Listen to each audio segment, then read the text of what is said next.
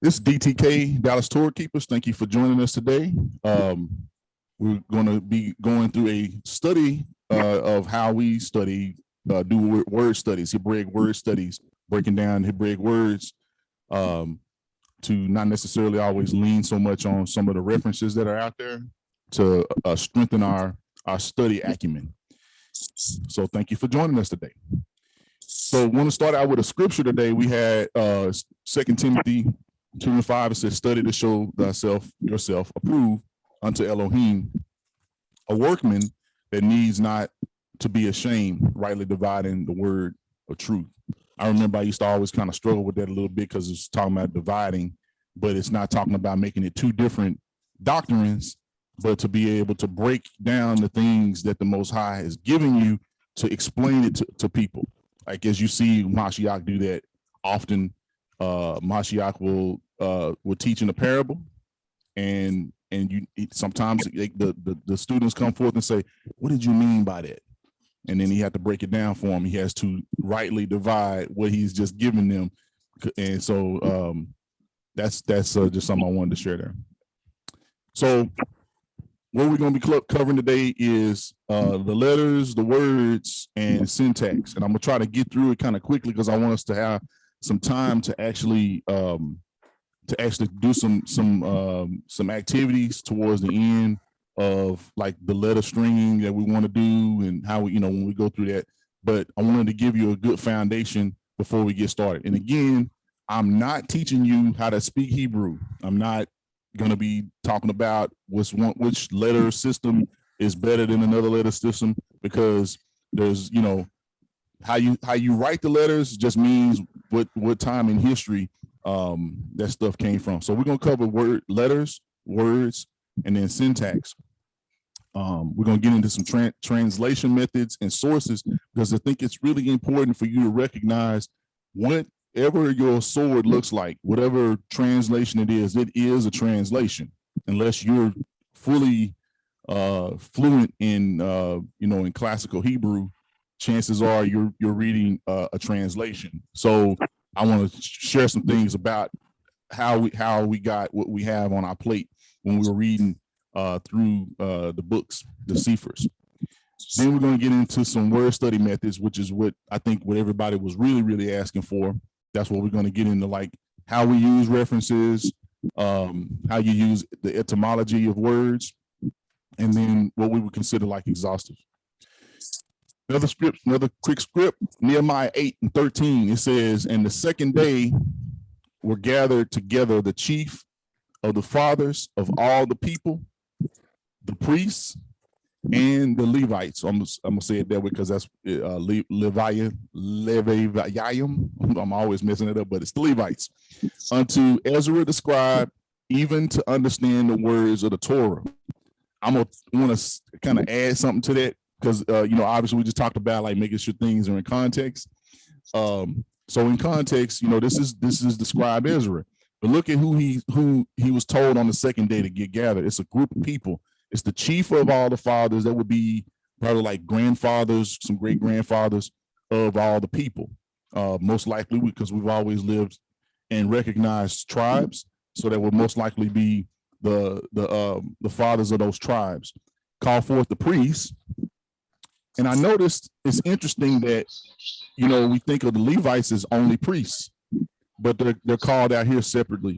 You have the priests, and then you have the Levites separately. So why is that? Let's remember when this is during the rebuilding of the wall, the temple, getting us back to Torah. So the people, even though you might be a Levite, you may have strayed. You may have gotten used to being a rock cutter or a cupbearer, like someone else we know in this story. And so you have to remember that you got to get back to your function. And the only way you're going to get back to your function is to find the instruction, which that's what Torah is. So it says that Ezra is a scribe. So he knows how to write what is being given to him, how to record what's being given to him. And so it says, even to understand the words of the Torah, not just to understand it, they had to relearn how to understand the words. So I picked this because that should be one of the striving goals of when you're studying throughout the week and not just on a Sabbath or on a Mirash, which actually is another, just means study. But it should be so you can understand. I would not want to just read Torah as my aquas, just telling you about doctrines come from people that don't take the time to understand the words of the Torah. If you're quoting something from out of Leviticus, it has, the whole book itself has a context. It's to, it's for us to read. But if you look at that and understand each chapter, I think because we actually covered a lot of that. Remember, we talked about to clear up the whole thing about what we can eat and what we can't eat. People talking about, oh, you can't have fat, you can't eat fat. It's like, well, if you read that in context, there's fat in all the meat, and so like but it was talking about what can go on the altar, not necessarily what you eat. So we covered that, we went over that, and that's just an example of understanding it. That's a concept, but today we want to get more into seeking. Sometimes just reading a passage is not enough. Most of the time, it's not. He wants us to seek him, right? So I've got Deuteronomy 4:29 up here, but if from thence you shall seek Yahuwah Eloheka, Yahuwah your God, your Elohim, you shall find him. If you seek him with all your heart and with all your soul. Doesn't that sound similar to something that we sing and quote the Shema? And we say, so out there it says he's one. It says that you shall love him with all your heart, with all your mind, all your being, right? All your lev, all of your nefeshka, and all of your miodka, right? So, but this is talking about seeking him. So the one is saying love, the other saying seek. But guess what? They're not separate. You have to do them together. If you don't love him, you won't seek him. And if you seek him, you'll start loving him. Like there ain't no way out of it. Once you decide to do one or the other, they're going to lead to both. But the key is that you have to do it with all of what you are. You have to do it with all your heart. You have to do it with all your soul. So don't do no half stepping like I'm gonna show my we ain't gonna but ain't no half stepping when you're studying. You gotta break it open and you gotta bring to the table what you need to the table. If it's literally a table, like when I'm sitting there now, put what you need there. Bring your sword, get you a pad, get you a pencil, get you some cards, find whatever website you need to be on, but get everything you need so that you know that you're seeking him and you're not just reading. It doesn't say, but if from thence you shall read, or listen to Yahuwah, you shall find him. No, he said you got to seek him. There's another passage I remember that says, seek him while he may be found. Right? So I just wanted to bring that out. So as we're going through this, this is not one of them days where we're going to be reading a whole bunch of scripture, because I'm trying to get y'all what y'all need, what we all need, because I need it. I'm still growing in this thing, right? So to keep you motivated, it should be for those things. Your heart, if your heart isn't in it, that's making me think of songs, man. Secular songs. If my heart wasn't in it, I would go on long ago. Yeah, I was thinking the same. But it's the truth, though, right? If your heart ain't in something, you're gonna eventually stray away from it. And it kind of make me go back to that Nehemiah, where it was like, what was it saying about him? That they had to get back to it because their heart wasn't in it.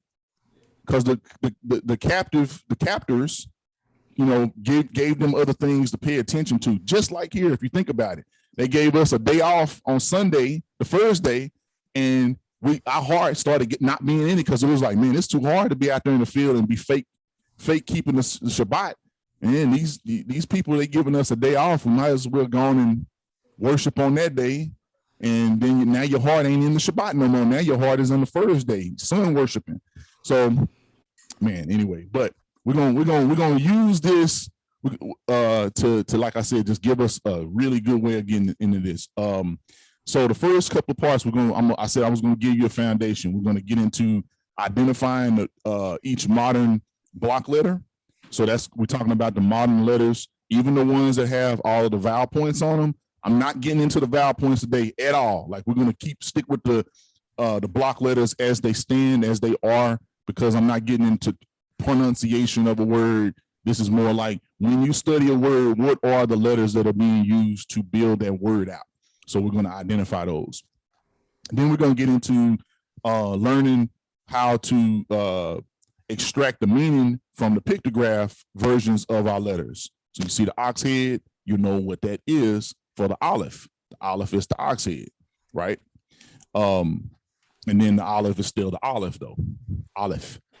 Then we're going to get into biblical syntax, which just so you'll understand when you're reading the Hebrew language, it has an actual syntax structure that if you say it in English, it doesn't sound like it makes sense.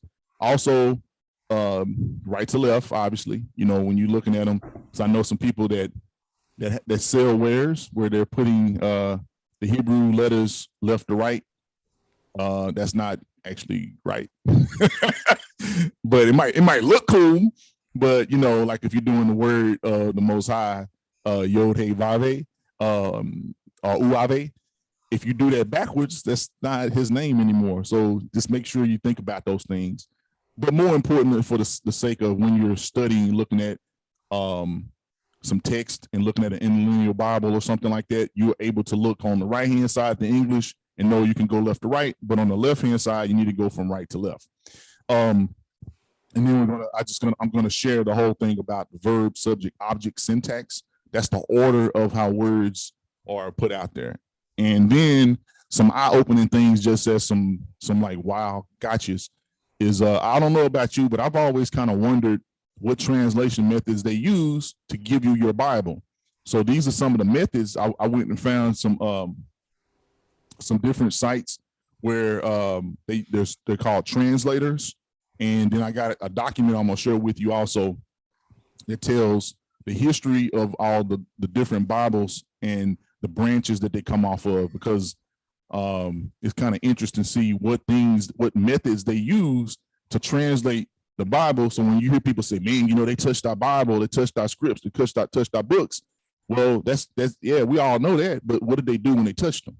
What were they thinking about when they were touching them? So sometimes it's really good to get inside the head of the oppressor to understand what they were trying to do. That's why you always hear people talking about the Willie Lynch and different things like that, so that you understand like this was the tactics they were using to break us down. Well, the same thing goes for when you look at your Bible, so you can you know, boldly go before and say, hey, you know, I know why this is in here. I know that's why this is not in here. I know that's why your Bible says this and mine says this. Is it still meaning the same thing? Don't know. That's why you want to do a word study. You want to see what was the original text showing you. And again, get this slide, because what my idea for this is you can use this to help you identify. So a couple of little bullet points. These letters are not Yiddish. Please stop saying these are Yiddish. It's just the letters that they use.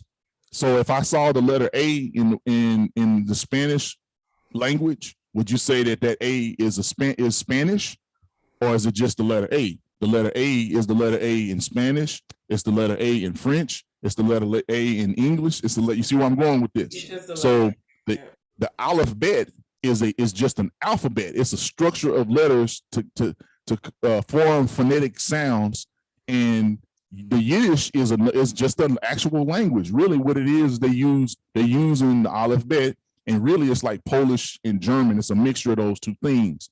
So yes, there are some Yiddish things in there. So when you studying the Bible, Yiddish it's not written in Yiddish unless you get you a Yiddish translated Bible. Be clear about that, right? So it's a language. They're using the same alphabet structure to express words. Like we could actually spell our names using the alphabet.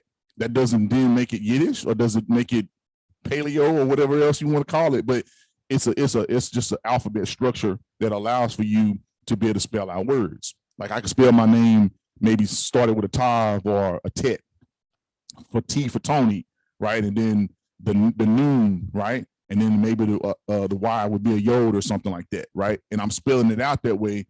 But when you go to pronounce it, you're still going to say Tony. It's just you're using different alphabets. That's all. So I put in here why would we want to use the modern classical alphabet over Paleo or Picto when you're doing word studies? Is it just because it's my preference? No, it's not. It's because it's what's most readily available.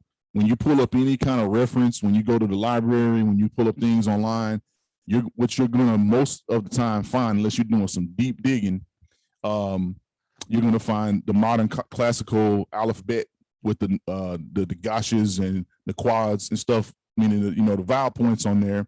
You excuse me, you're going to see that, right?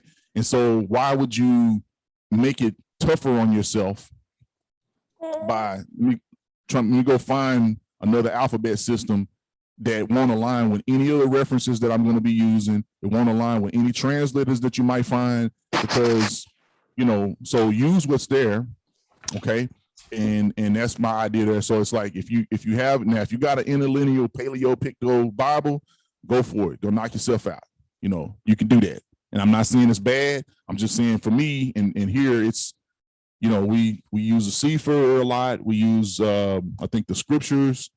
And when we study together, we get some the Netzarim Bibles, those ones like that. Those are all good, but they're still translations because you're reading them in English.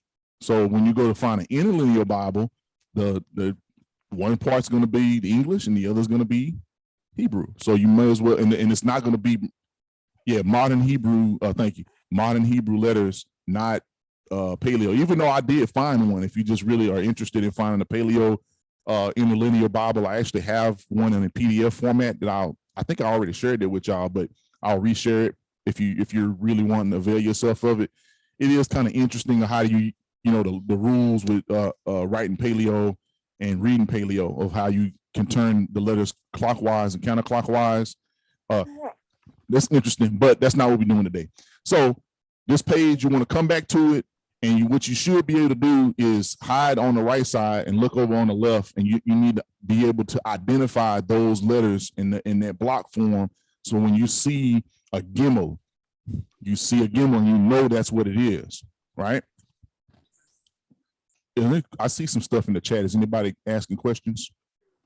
Can y'all hear us? Not yet? Okay. No, I've been putting in the scriptures that we've been reading so that people can go back to them if they didn't get them down. Oh, okay. And then just kind of responding to some of the stuff you're saying. Yes, when you get a chance, definitely reshare that PDF. I will. In fact, that's part of one of the things we use to make the cards. So in the back, you'll say, man, that looks familiar. That's because we kind of copied and cleaned it up to create the cards that we use, that we're giving out to Mishpachah for use and study. This is just another page, another way to look at those instead of them being separated. And the other thing I liked about this one is because, and I'm gonna be very transparent today, because I want us to go on this journey together. Obviously all the letters are there, but one of the things I want to draw your attention to is there's some like the Kaf, the Nun, right, the Mem, and the Sadi. They have final forms, and for like the sake of struggling, you're gonna struggle. I'm just gonna go and let you know, you're gonna struggle getting confused with the Vav and the final Nun very often, because they look the same. Only difference, really, in my opinion, is that one has got a longer tail than the other. And so when you're looking at it, depending on the font that they're using in your interlineal reference, whatever you're using, I like to use, I know I use the Bible Hub a lot because it's got all of the tools kind of built in. You can kind of get the stuff quick. There's lots. I'm not saying you need to use that one, but that one works for me. And she uses Blue Letter. They're both good. We don't fight too often over that. Too often, it's like, but you want to use it, like what'll help you get past it is obviously a Vav and a Nun don't make the same sound, even if it's Vav, Wav, or Wav, right? None of those sound like N, right? N and Wa, and U, Va. None of that doesn't sound the same at all. So how would you, so obviously, as you're looking at the letters, when you need some help, go ahead and look at what the word, the transliterated word is, how it's supposed to be pronounced, and just look for the consonant and go like, oh, okay, it's making a w sound or a v or sound, not a n sound, right? So that makes it a little bit easier. The cough, for me, I'm just, again, full disclosure, the cough and the dalet, I get mixed, the final cough and the dalet get me mixed up. But again, k and duh don't sound at all alike at all. So when you go back to it to see it, it gets easier. Now from there, I don't think there's really a letter that looks like the Saudi. The Saudi is real unique looking, and I don't think that's one that you should get confused with. Another one that people get confused with, again, based off of the font, is the hey and the chet, because they're kind of built the same. You got to zoom in and look and go like, make sure you put your readers on. The hey has a separated left-hand side, and the chet is together, it's fully touching. So you can get those kind of confused sometimes. Okay. Again, use this. The sonic and the mem, that's true. She's right. So depending on the sonic, the mem, and the tet can look the same depending on the font. So it would be my suggestion, like, to sometimes maybe, again, go, but see, even when you're getting confused with that, you can unconfuse yourself, because remember, you're studying with all your heart and your mind, remember? So it's not hard for you to go back and look and go, oh, it's that letter, right? It's a m sound, not a t sound at the end or in the middle. You know, so even though you have a couple of consonants that are similar, like the sonic, the shin, but one's a sound and the other's a sh sound, right? And that whole shin sin difference is actually predicated by like some points that go on the letter. So you really shouldn't get confused with the shin sound, because it'll be a dot there to help guide you with that. We good so far? Awesome. So I threw out some things that I needed, that I was doing, and I will not share that on the screen because I don't want you laughing at me, because it was terrible looking. But I do suggest, to speed up that process of identifying the letters, that you get yourself like a notepad, something like this, and devote that notepad to just practicing writing them. And when you write them, my suggestion is try to write them and not put what they are next to them. So that, because the idea here, the goal is for you to start being able to see the letter and identify the letter and not get it mixed up and not go like, I have no idea what that is. Like, we got to get away from that towards, whereas at minimum, you should be able to look at the first letter and go like, oh, that's a bet. Oh, that's an aleph. Oh, that's a Zion, you know, like just by looking at it. So, you know, like if you're reading the word mishpaka, the first letter should be what? Anybody online? Mishpaka. Mem. Did somebody say mem? Yeah, yes, correct. We were muted. Oh, you was muted? Okay. Yeah. So today you'll probably be unmuting yourself quite a bit, because there's going to be like that kind of thing where we're going to interact like that. So that's your last warning. Okay. Then, so like you could do that, get yourself some index cards and write them kind of big, use a Sharpie, write them. And if you want to, you can write on pencil on the back what it actually is. And, you know, use someone in your home to help you with that. It's like, boom, what is this? And you look at it and go, you know, like, I don't know at first, but then after doing that, you don't have to do it every day, but do it like once a week at minimum, right? Do that, and then eventually what'll start happening is when someone says a word like koach, you'll be able to kind of guess at what letters make up that word. Koach means power, by the way, right? It's one of the words for power. So one of the things I suggest, so that don't cost much. You can get them at the dollar store for like little or nothing. Now this is got to do with the pictograph letters. And so there's a chart here. You can kind of find them online if you want. This would be what people call like the most ancient one. So with that, what this is about is not necessarily identifying the actual block letter here. It's more understanding what does the letter have, what does it represent? So I put meaning. So if I say Gimel, I think of foot. My wife might think of camel. Colin might think of pride. Somebody else might think of, I don't know what that is. Hopefully we'll get past that and not have to do that. But as you look at these letters in pictorial form, for me, that was the biggest help, was being able to like look at what they are. Like, remember at one point we was talking about the number 7 in the letter Zayin, and we were talking about it's a plow. It destroys things. It's actually a tool that they use to cut stuff down. If you look at it, it looks like either that or some upside down ice skates, something like that. Right? Noon should be super easy for the men and the women probably too. Right? What does that look like? If you've ever seen a specific organism under a microscope, that's one half of life. That's what that is. And it means seed. It means, life. Iron, it's just like you're almost seeing what it is, an eye, right? It's an eye. A pay, if you were drawing a face, you could put that actual symbol just below the nose. It means mouth or speak. So when you start seeing that, like, that's what I want you to do. Not if you want to. I'm not, like I said, I'm not telling you not to do things, but for the sake of doing word studies, it really helps. So now that you've identified the block letter, so next time you see an aleph, you'll think of the ox or the strong head or the leader, right? Something like that. Or the next time you see a tav, even though I don't like that tav, it's actually supposed to be more like a X, almost like a kind of crooked X.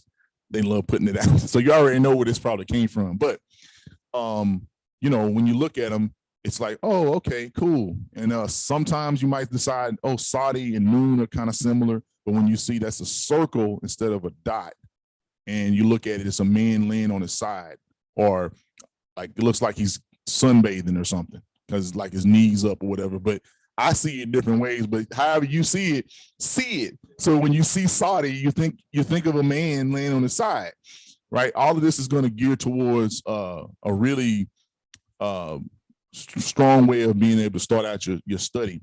So the Dalit, talked about that. Like that to me, when I see that, at first I only saw a hat upside down. But now when I look at the Dalit, I actually do see like an aerial view of a doorway, like kind of like at an angle, like the line in the door. It's a door, it's a doorway, it's a pathway to get inside of a tent. See, the problem is we don't live in tents, we live in houses. And so a tent door looks different than the door on your house.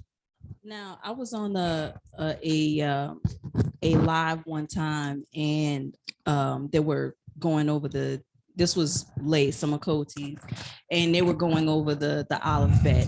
And one of the ladies said that she knows an architect, and they said that they draw the doorways, they draw the doors like that now, still today in architecture. Wow. Right? That's awesome. Everybody's seen the hay, right? It's a stick man with his hands up, like, hit your hands up, right? That one's easy. Tet, I think because I'm a comic book guy, that looks like the X-Men logo to me, right? And so I just connected to the snake to that way. I don't know why. Don't ask me why, but that's how my brain worked for it. Okay. And then the chet to me looked like a ladder somebody laid down. But then I said, well, if you stand it up, it's like, oh, okay, yeah, but it's laying down. It's the structure of a tent wall before they put the fabric over it, right? The chet, yeah, yep. Mem looks. I'm not an astrology person, but I knew my sign, and so it does look like the Aquarian sign, sort of a little bit, like with just one of the waves. So that's water, right? So we could sit and do this, but I do suggest you sit and do this. Yeah. Microphone. Here you go. Is there the other one's not over there? It's not. I always thought that top was like at an angle. It looked like a cross. Yeah, that's what I was saying. I don't like that. Yeah, I was like, yeah, that's. Go ahead, put it in there. There are some charts out there that have it the correct way. They're really hard to find. You have to really look through a whole lot of pictures. Yep.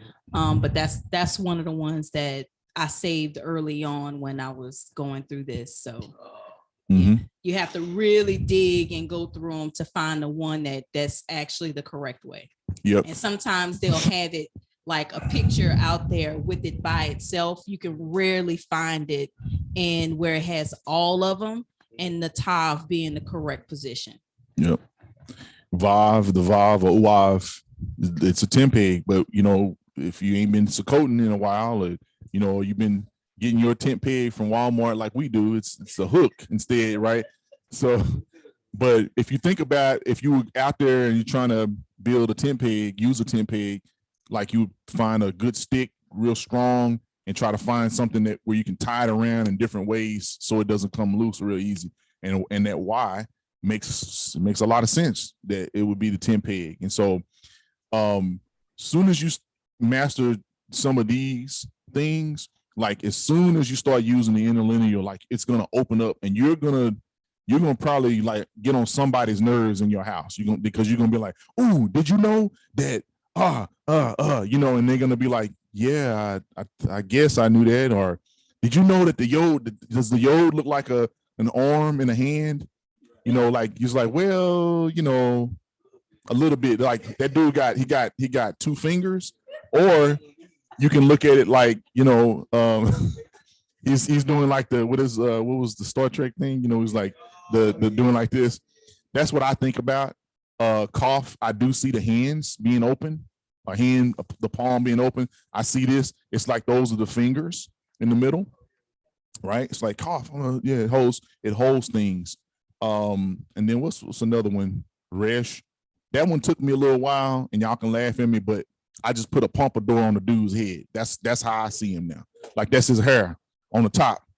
He got a coif up there. Flop. You know what I'm saying? Now I can see his head, because at first I didn't see no head or a person.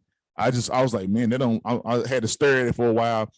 I was like, why are the other ones so hard to see? Like, but Aleph is so straightforward. It's like, that's an ox. Like, that's an ox. There's no arguing with this. Like, what that look like? Nobody's gonna say, man, that looked like a diamond on a necklace. It's like, no, well, oh, look at that. See, I messed you up, didn't I? Ha ha! Yeah, it does a little bit, right? So, and the Lamed, that's the staff kind of upside down a little bit, because the hook part's supposed to be on the top to me. But that's the way they write it. Remember, these can be rotated clockwise and counterclockwise to convey different things. Well, the Lamed, yes, you can have it like that when you're trying to grab a sheep. Yep. To pull them back to the right way. Mm-hmm. So just remember that. Yep. Just remember that. Like she said, just remember she posting the graph. Is that just the graph, or is that the paleo and modern? Oh, that's the chart showing you both on there. Okay. Yeah, and these are the ones that you guys had given us way back when we were on WhatsApp. So I have them in my Google Drive. That second one is the one that's more accurate. The first one is not bad. It still kind of looks like a leaning cross, but it's a little more at an angle. Yeah. But again, so that we don't like get mixed up on this, we're not trying to write the picto. We're just trying to know when we see it that it's a mark. Like if you was gonna mark something, X marks the spot. So you make your X like this, crooked, whatever. You shaky that day, you ain't had your coffee, or you had too much coffee. Your mark is gonna look a little different. You know what I'm saying? But the point is, we just want to like know what they are. More what you're supposed to be doing is envisioning the tav that's above that, which is the curly come down and then curly come up to it, which is almost similar to a chet, but it's the way you can tell is it's kind of got what I say, it looks like a foot that's stepping forward to me, right? So when you see that, that's a tav. Now at first, like I said, some of these letters you're gonna go like, man, that looks just like a chet. Looks like and Yeah, who's that? Somebody is loud. Somebody needs to mute. I got it. I think that was Joseph. Okay. All right.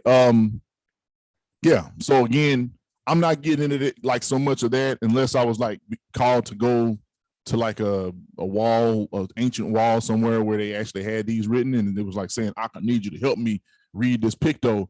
Then I'm be like, okay, I need to give me a very accurate chart and kind of make sure that I'm seeing those things properly. But that's all we want to do there, right? All right, let's keep going. So we're gonna hop into translations real quick. I told you I was gonna give you some stuff about them. Quick little drive by real fast. Y'all hear about the Masoretic text and you hear about the Septuagint. So somebody unmute or in the room is fine, doesn't matter. What language is the Masoretic text in? It's on the screen. You can cheat and see it.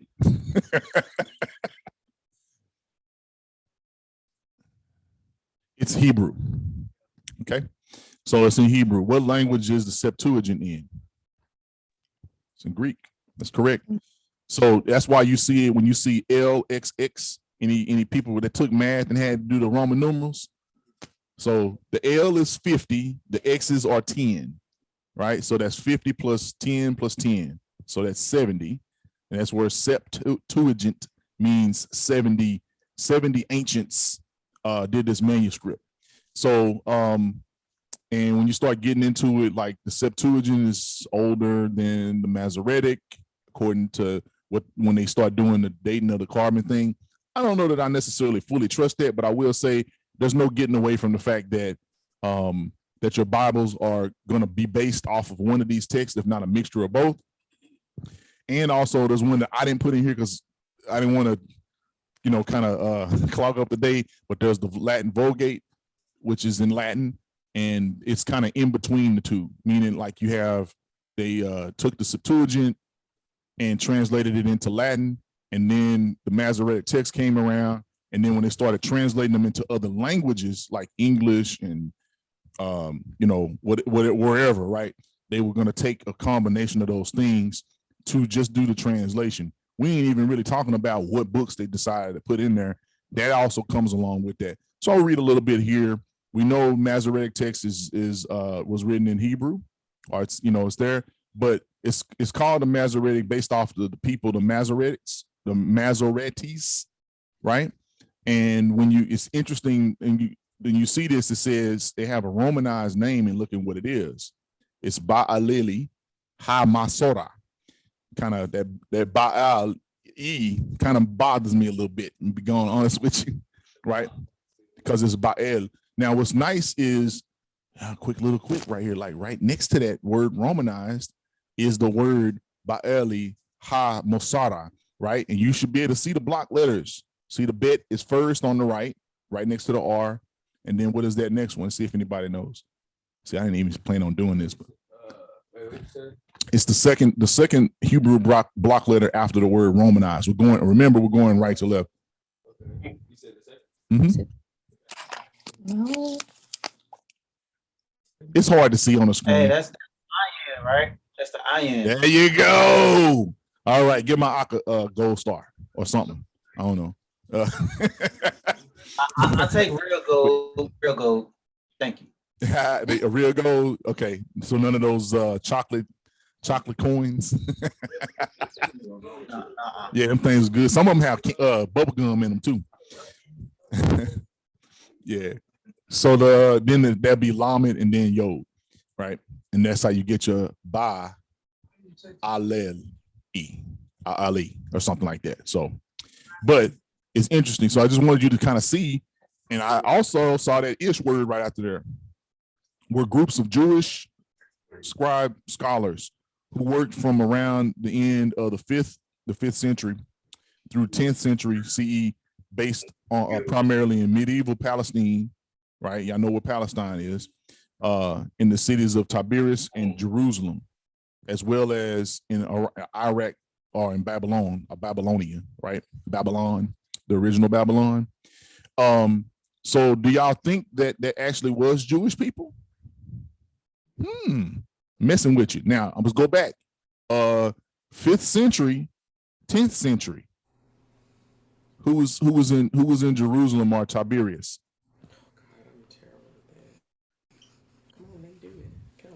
Nobody knows. Let me remind you. When were we when were we overthrown from Jerusalem? Around the time of 70 Mashiach. AD. There you go, 70 AD. Right. So this, when you talk about the centuries, this is talking about I believe this is talking about before that, right? So would there be Jewish people there? Well, Okay. I don't know what you mean when you say Jewish. It's that Yeah. term I'm having a problem Me with. too. That's what I'm getting at. That's why it's there. I'm trying to bring that out because I want you see so listen, we the people, right? We the people of the book. Did we also did we have anything to do with the Masoretic text? I'm sure. Yeah, you should say with a resounding yes. Yes. Yes. Okay. Yes. I just wanted to hear y'all. Y'all sound so quiet. I feel like you're, I don't know, eating oatmeal or something and not paying attention. But anyway, yeah, that's us. Okay. Now the Septuagint, though, I'm gonna hit you with this. All right. It says the Septuagint was also, it was Greek. So when we studied Acts, in Acts, when it's talking about, when it said Grecian or a Greek, Jew or Greek, right? Remember what we came to understanding that is, are the Greeks or the residents of Greece, of Rome, right? He said residents. So keep that in mind. Now the Septuagint came in the 4th century.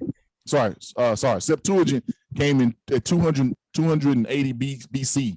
So almost 300 years before Hamashiach, right?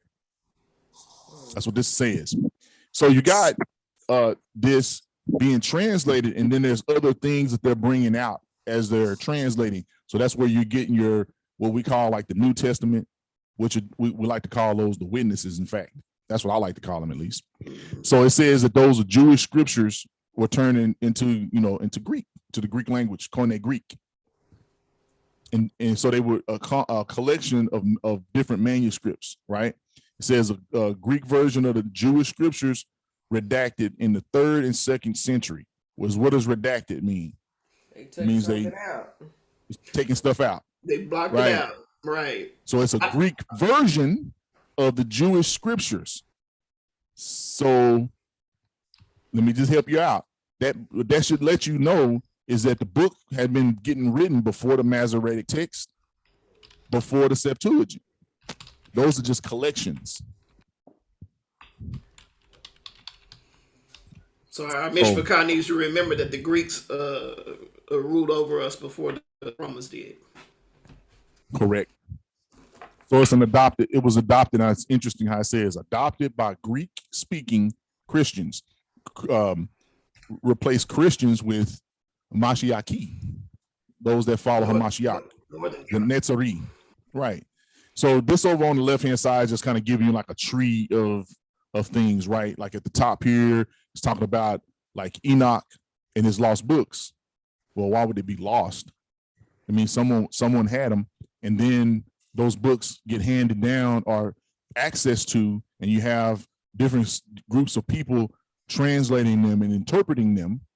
And then from there you get like, oh, here's the Old Testament, here's the New Testament. We didn't break up the book like that. The books were books. They were scrolls, right? They were tablets, and you didn't have the Bible is literally just a collection of translated, canonized books. That's all it is. Someone decided we're going to have 66 books in this Bible, and then if you go to the Ethiopian Bible, it's got these other ones, right? It's got the Book of Tobit, Wisdom of Solomon, the Book of Baruch, right? Sirach or Ecclesiasticus, then the 2 Maccabee books, that stuff like that. So I went too fast. So you go back and check that out. It's just interesting to know. Now we're talking about translation types, methods that were used. So I'm gonna read some of this verbatim and try to explain it. But so one of the translation methods is word for word. So linguists translate individual words according to their most literal meaning with little or no consideration for context of context. So what does that mean? It means if they're doing word for word, so you have a target language, which would be like for us, English. Okay. Unfortunately, but yeah, that's what it is. And then the other language is the source language, which is we just went to that. Just keep this in mind. There's a source language. It's either going to be Greek, Latin, or Hebrew. Those are going to be the source languages, right? Anybody want? Okay, all right. Because word for word doesn't take into account grammatical, semantic, or cultural differences between languages, the original word order remains as is. So they don't care about the syntax. They don't care about that. It's just going to put it in there, and when you read it, it's going to sound like Yoda talking to you. Yoda from Star Wars, right? So typically, word for word does not render quality translations. That's an opinion, right? It's more like a machine translating it. So if I say, I don't want everybody to know. I took German when I was in high school, right? So sprechen is supposed to mean speak, right? Sprechen Sie Deutsch? Do you speak German, right? So right. So the machine translator will say speak the Dutch. When you translate it to English, you want to say, do you speak German? See, machine translator is not going to catch that. It's just going to give you speak the Dutch. So that 1611 Bible had a lot of that in it. It had a lot of rendered syntax errors. So it's errors in English, not in Hebrew. It was as it was supposed to be. Literal is the other one. When it comes to literal translation, linguists translate grammatical structures of source text. Remember, source. What's the source? Anybody? Different languages. There you go. One of them three languages during the ancient times: Latin, Greek, or Hebrew. Into close equivalence in the target language. So you're kind of going like, when they say Dutch, for us that means the German people. But for me now in this awakening, I know those are similar people, but it's based off of the name of the country, right? Deutschland meant it was Germany. There's a way of saying Germany. Is that Dutch? Nope. Completely different, right? But again, the point there is that you're translating it into the closest equivalent that you can find. So if your target language doesn't have a word for it, you kind of confuse it to make it say something that makes some sense the way you're understanding it. So it takes away the syntax errors for your target language, but it still leaves behind some lack of insight when you're sharing something. Like they take out the F, which is there for a pause. Mm-hmm. Community translation. It's got to do with when you're talking to one another. So when you talk about a translator, generally they don't use this when they didn't use this to translate the Bible, because there was a person sitting there that studied Hebrew and they studied another language like Latin. And I think the guy's name is Saint Jerome. He translated it from Hebrew to, I'll see if somebody's gonna catch me. Was it Hebrew? No, it wasn't. It was a Septuagint. He translated it from the Septuagint to Latin, which those languages are really close. But he did that translation. So that's for that. I'm not gonna get into this one too much because this one's got to do with when someone's talking to you and you're trying to translate. So semantics, ever heard that phrase? I'm not gonna play semantics with you. Mm-hmm. What do you think that means? You say potato, I say potato. Yep. Well, so semantics means like, when there's a cultural thing that you need to include when you're sharing something, that's something that you need to know. So for instance, if you haven't grown crops and you don't know what a winnow fork is, what is a winnowing fork? If you don't know what that is, and I tell you, I'm coming to winnow you, I'm winnowing the wheat from the tare, and you don't know what that is, and you just translate it over, well, it's a fork. I know what it is now, but that's part of semantic translation. You're going to take that and say, well, these people actually they don't raise crops, they raise cattle. So they don't know what a winnowing fork is. So I have to tell them. I have to say, I'm going to use a fork, a forming fork or something. They'll change the word to say something that helps you grasp it and move on from there. So that's where you get the Hebrew idioms. There's a whole lot of that stuff in all of the books that this helps bring out. So I am for the semantic translation. I do want to play semantics because that's how you get the actual understanding of what's taking place when you see that. When like I'm thinking about the 10, is it the virgins with the oil. Like if you don't know what that's about, that completely it's not going to make any sense to you. You're going to be completely lost. You'll be like, what they standing out there in the dark for? Why they staying up? What's that all about? Why you got to have oil and lamp? I don't understand that. It don't make sense to me because that's not part of your culture. Your culture, when you get married, is more like, hey, let's go on a date. Woo! I like you. Let's break up. Well, let's get back together. Now let's get married. That ain't how that was back then. It wasn't none of that. See what I'm saying? It's just a different thing, right? So you need to play semantics on that for you to understand that those passages.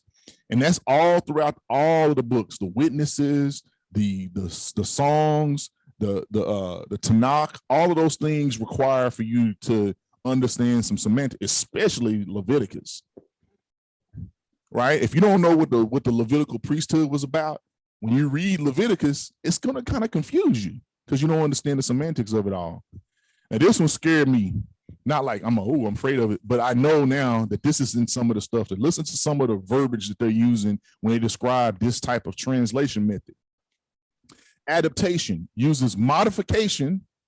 I already got a problem right there. You modifying, or even total rewriting of source text language. Now think about that.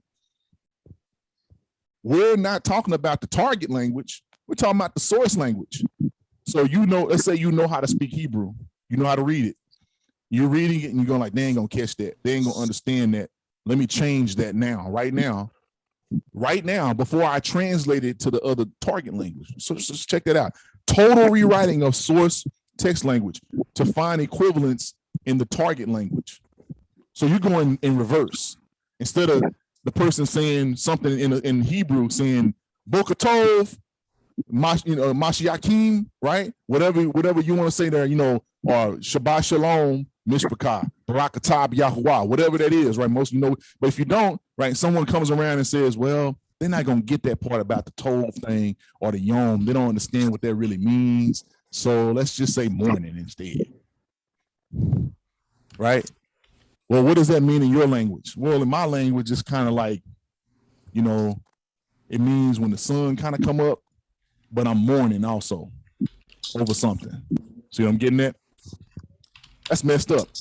To find equivalents in the target language while conveying the same message as the original content. How is that? That's an oxymoron, what they just said right there.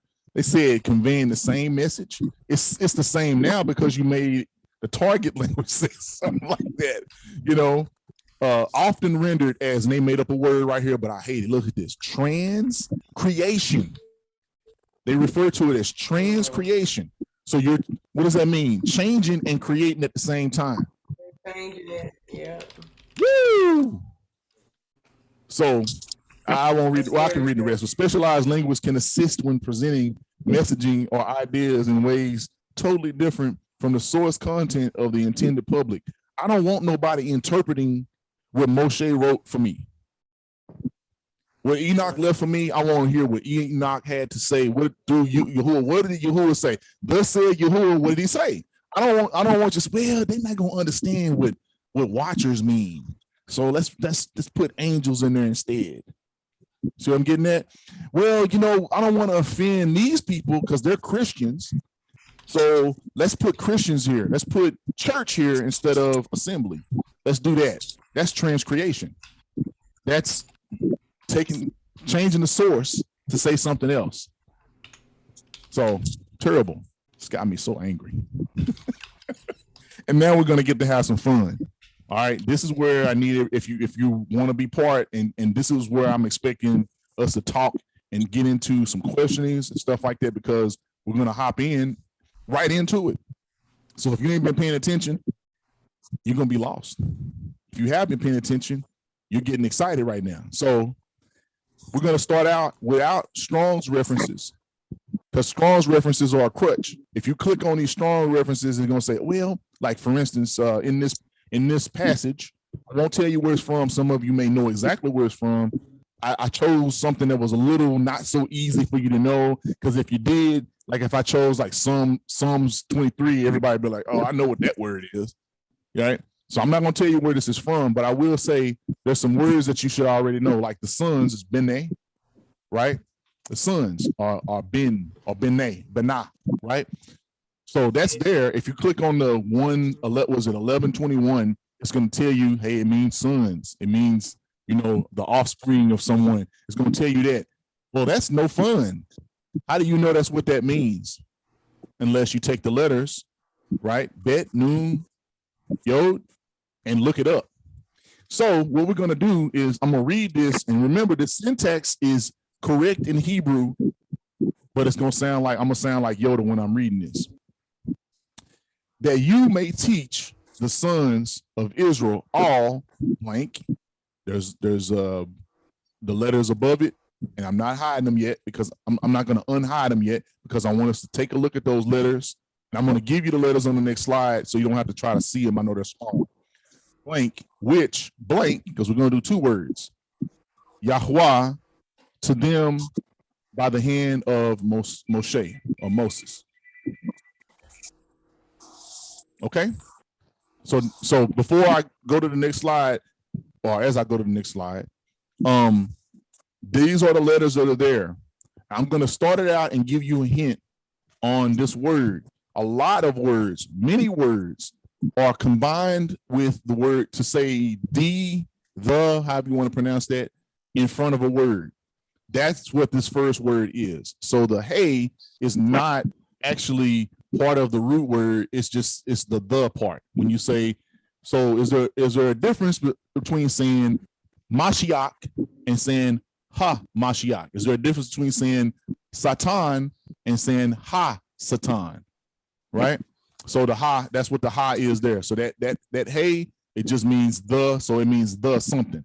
So let's read it again. That you may teach the sons of Israel all the something that starts with chet, quaf, yod, mem, which the next word does not have that in it. But let's focus on this first word. So we have chet. What is chet? What is a chet?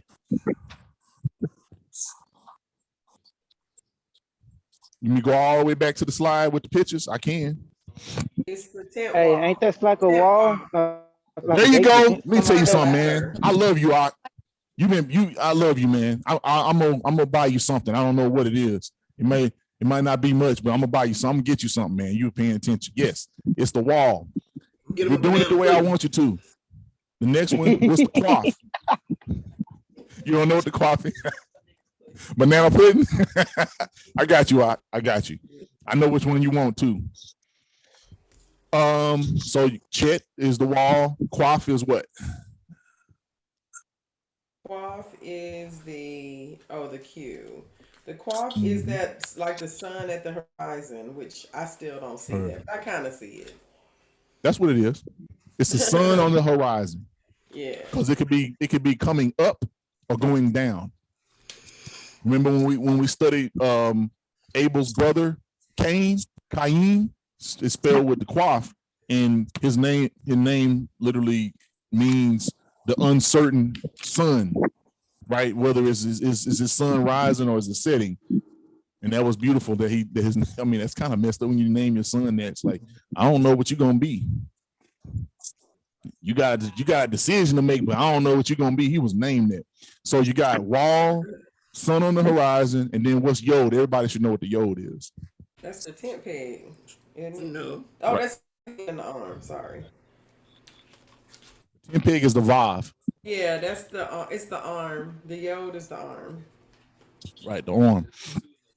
Okay, so wall, sun on the horizon, strength or arm, whatever, and then mem. What's mem?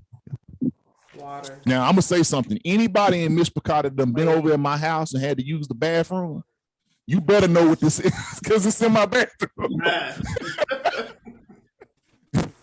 So it's water. fluid. Okay. So so I'm not coming off of this until we start kind of maybe thinking we got an idea what the word is, what the word might mean. Now, remember, you start this out. You said context. That's right. Use the scriptural context. I know you want to go try to somebody that probably already went and looked it up, or searching the words or something. If you cheating, Yahuwah knows you cheating. I might not know, and I might get you some pudding. No, I'm just playing. You ain't cheating. Okay, so we got tent wall. Oh, so yeah, tent wall. I didn't even got my. Can I borrow a pen or my own pen or whatever? Yeah, thanks. So we have now. Remember the is in front of this word. So let me ask you a question. If you put the in front of something, do you put the in front of a verb? The action, like the running, the run. If I'm running, that's a verb, right? So would this word be a verb or a noun? It's probably a noun, right? Because Satan is a noun. He's a thing, a person. I'm gonna call him a person. He's not. Sometimes feels like he's a place, but it's not. He is certainly a thing. So Hamashiach is. You feel what I'm saying? Hamashiach. So Chet Quaf Yod Mem. Now you're like, man, I don't know how to pronounce this. It doesn't matter. Doesn't matter.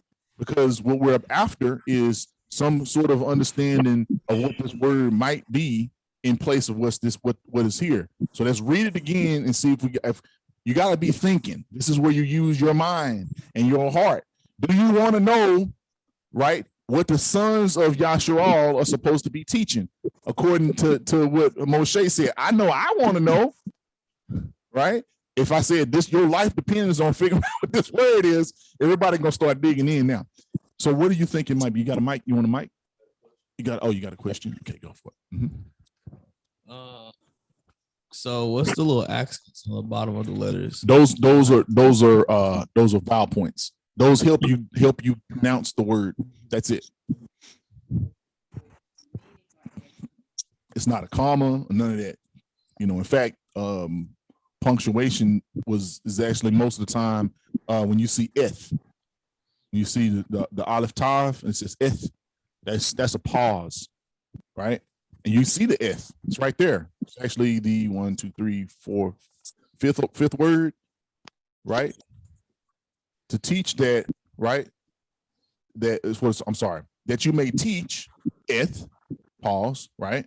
The sons of Yasharal or Yisrael, right? Eth, and then Kal. Think about when you read the Shema, Kal is always there because it's saying with Kal, right? Miodika, all my being. Kal levavaka, my heart, with all my heart, right? So just giving you the structure here. So you got they may teach the sons, Yasharal, all what? All the something, which maybe I should only be one word. It's more than one. It's a plural. It's a plural noun. Mm-hmm. That's right. So we'll have another shot because we got another word to do. So I'm gonna go ahead and reveal what it is. That's what it is. It's the statutes. All right, now let's see. Now that you have this, you have your quetch back now. Let's see if anybody wants to take a stab at how you come up with those letters meaning the statutes. So we could take the ha off and let's focus in on the, what is it? The chet, quaf, yod, and the mem. Chet, quaf, yod, mem. Chet, quaf, yod, mem. First off, what do statutes mean? We went over like what's the difference between laws and statutes and commandments, right? So what's a statute? A statute is it's you could say a law for the time that it was in. So like right, like now our statutes would be something like don't run a red light or don't run a stop sign, stuff like that. But it might have been different, something different back then. Yeah, it's to a specific group of people, and maybe even during a specific time, right? His laws are laws to all of the land for all time. His statutes, you have to look and see, do we qualify for this? Is this to us in this time? And he's telling you who is to, right? That you may teach the sons of Yasharal all the statutes, which who, which what, or whatever, right? Dalit Bet Resh. This is the next one. So y'all kind of get this one. This ought to be kind of easy. You almost had a whole sentence, and now it's just kind of figuring out what the sentence is. You said it's a Dalit. So, what and what? It's on the screen. Dalit Bet Resh. The Bet Resh. That's word. That's words. The bar. You've been seeing it before, you know. Okay, but you figured it out, and that's awesome. But would you be able to convey in the letters how that would mean a word? A door is opening to a tent, and inside that tent, or from that tent, is that head man. So a man speaks to the tent, and the door opens. Perhaps. Now, remember, in context, it's the statutes, which is, okay. All right, let me just keep going. But yes, it is. See, the bir or the bar, right? So I asked, how did we do? We didn't do too good this time, but that's okay, Miss Bibical, for real. What's not okay is to be okay with you maybe not having any clue what we was just doing, because the whole point of this at the beginning was, were you able to identify the letters? Answer that to yourself. You don't have to everybody all at once, but if you were able to identify the letters, even though I identified them for you in this, because I knew the screen was kind of small, and I was trying to figure out how to get Hebrew block letters to pop up big, and it didn't have time, so I wrote them out for you. But you should be able to look at those and be like, yeah, man, like I use this interlineal. It helps me with pronunciation of the first letter. And I try to, challenge myself with that. You should as well.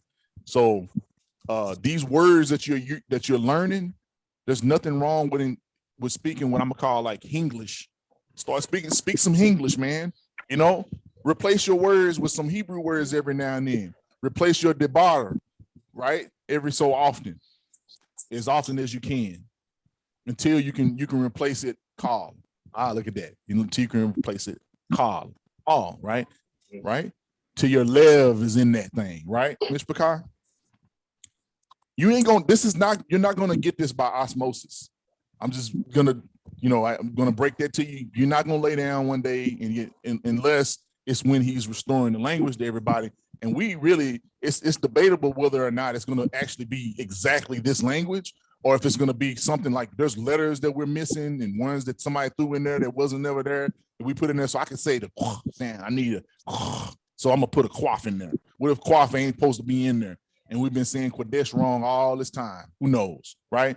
But until then, like, we have to be, as it said at the beginning, a workman and not be ashamed of what we're doing in this. So like you're supposed to stumble, you're supposed to make some mistakes, but you're not going to do any of that if you're not even willing to take the steps, right?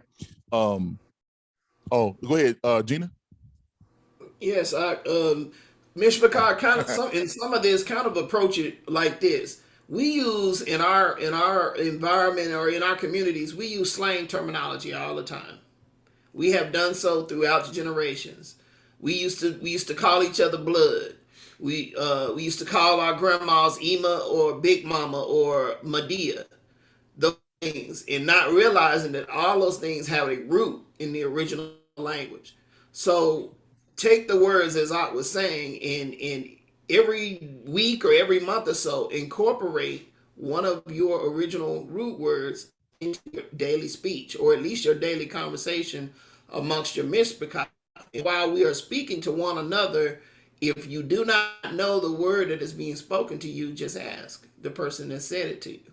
Huh? Right. I think at one point, my Yahusha was, doing the closeout prayer, and he was doing the one that Mashiach said, this is how you should pray, and he was doing it in Hebrew. And then he was like, whoa, wait, maybe I should do this in English. Like, no, don't do that. I said, people need to get used to hearing. If you get used to hearing Hebrew, you're going to start speaking it more. And when you start speaking it more, it's going to help you when you start studying, because then even when you start seeing these little differences, like, let's say they're little, but like they have translated the name of the Most High to Yahweh, when I like to pronounce it Yahweh. And some people call him, do Jehovah and all this other stuff. And so when we start getting into that, I can defend the J not being there, because that's not. Did you see a letter J in any of the presentation today? Is there a letter J in the Hebrew alphabet? No, there's a gimel. If they meant to make the just sound, it would have been gimel something. Gimel would have been in that name somewhere, and it's not. So I'm gonna go roll with it's not that. It's gonna be the Yah sound, right? and right, and then Yisrael instead of Israel. We can go back and forth on that a little too. Judea, or Yasharal. Those are ones where you want to get into looking how does it look? How does that word look? You say shalom all the time. What letters comprise the word shalom? What's the first word? First letter of shalom. Oh, sorry. Think like a Hebrew. Is It's not. It's not. It's not Samak. It's Shin. Shin. The Shin. Because remember, Samak would be, then you would be saying Salom. Now, some people say that, yes, that Salama and stuff like that, that's the whole Kalongo type of thing and everything like that. Again, remember, if you're translating the word, which somehow in English translated shalom into meaning peace, when we know it means way more than peace, right? So real quick, I'm just leave you with a couple more things, and then we're heading down towards the end of this. But word etymology, when you hear people say, I looked up the etymology of the word, and you like, and you're afraid to say, I don't know what that means. I don't really know what that means. Because people do that all the time. They do. They sound like that everything. I looked at the etymology of the word, so I know what it means. See, that ain't what that means. And then well, here, it just, all it means, Miss Bibical, is it's the origin, the source of the word. What is it actually, like, where did it come from? And then love, the other part of this is I done tickled somebody in the room. Which, and then like throughout history, how did it change? So when you go and look, you got online tools that are right there for you. I think I've pulled it up. In fact, you know what? I'll do one real fast. I said I wasn't going to do that, but I am. I'm just going to go on ahead and do it. So let's look up, let's actually look up morning, right? So I'm gonna type in just morning and do a Google search. And Google, even though I know it's not the authority on things, right? And so we see this and we go like, yeah, that's what it means. That's what it means. But see, this is not the etymology. The etymology is when you start looking at where did it come from? What's the origin of the word, right? It says mourn, spelled M-O-R-N, right? And the evening, morning. So it's got an English basing, and then it says morning is sometimes confused with morning.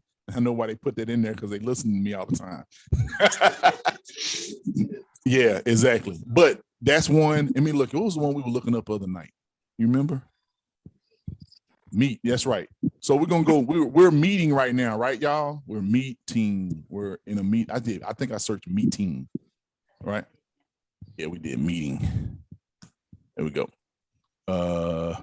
Sometimes you have to put define in front of it, and it will then give you the definition it's supposed to. I love books, y'all. Don't get me off the books.